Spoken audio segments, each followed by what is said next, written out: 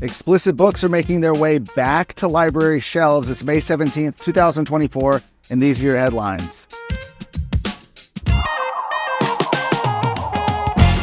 As you can see, it might be a little bit noisy, by the way. You can hear I'm actually on the bus. The last few days I've been following the Gun Owners of America as they've taken their Silver Bullet bus tour, traveling across the state to 8 different stops for some of the pro-Second Amendment candidates that they have endorsed in the upcoming Republican primary runoff. So I'm on the bus right now to get out of the rain. It's a little bit rainy here in Victoria, where they just did a stop for AJ Louderback, but wanted to get this chance to talk about some of the big headlines that have been happening outside of this bus tour. One of them being that months after the Fort Worth Independent School District closed down its libraries to review books, the district is now returning multiple books that were flagged by citizens. Now, this came after months of parental outrage over sexually explicit books in student libraries.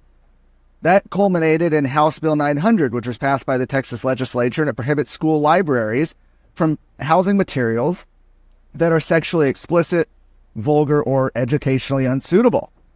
It also sets up state standards for keeping that sexual content out of school libraries and classrooms. However, after a lengthy legal battle, a federal court has blocked Texas from enforcing the vendor rating requirement, where vendors had to rate the sexually explicit content in their books before providing it to schools and libraries, while the state and plaintiffs continue to litigate the merits of the case.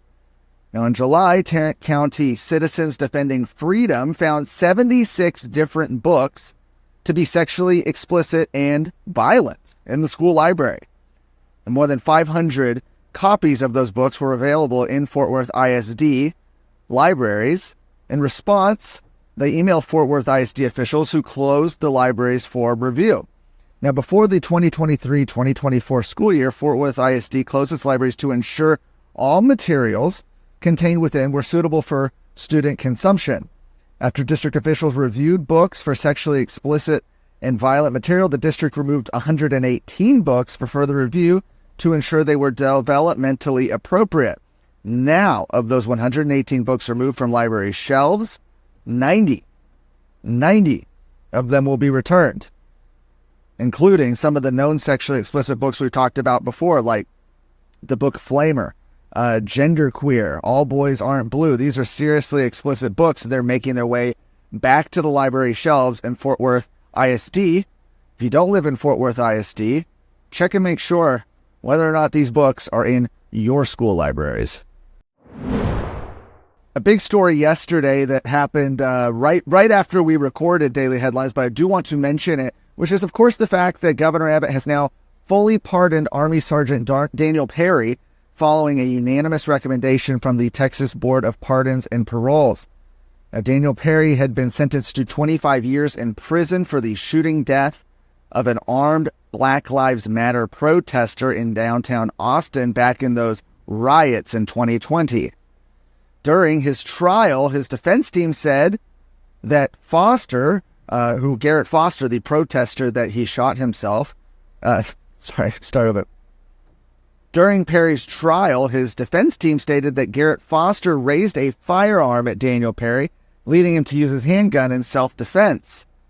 In April of last year, nearly a year ago, actually over a year ago now, a Travis County jury sentenced him to that 25 years in prison for Foster's death. However, it was speculated that his sentence could be cut short after Governor Abbott asked for the Board of Pardon and Paroles to expedite their process, bringing a recommendation for a pardon to his death so he can sign it. In Texas, the governor can't unanimously decide to pardon somebody. That has to be recommended by this board. In this case, they did so immediately after they did so yesterday. The governor issued his pardon on Thursday, granting him his parole. In under 2 decades, Texans for Lawsuit Reform turned Texas from a judicial hellhole into a bastion for business, but then the group lost its way. I'm Valerie Munoz, the host of Season 7 of Exposed, The Beast of Austin, where we examine the incredible rise and demise of one of the most powerful political groups in Texas. Available wherever you get podcasts. Lastly, some big news coming up next week. The Republican Party of Texas is hosting its biennial convention that's going to take place in San Antonio.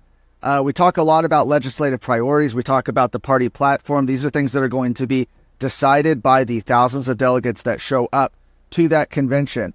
But in addition to just the party platform, the priorities, party leadership is also going to be decided.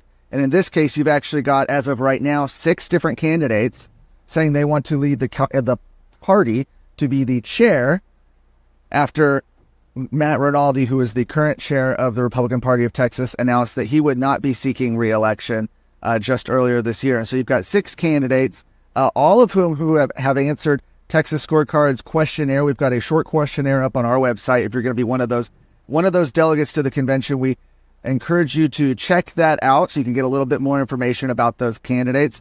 And I also want to say that if you are a delegate, someone who's going to be there, please be sure to stop by our booth, Texas Scorecard. We're going to be set up there. We're going to be hosting some conversations, doing some live shows. We'd love to get the chance to meet you, so please come out and join us next week.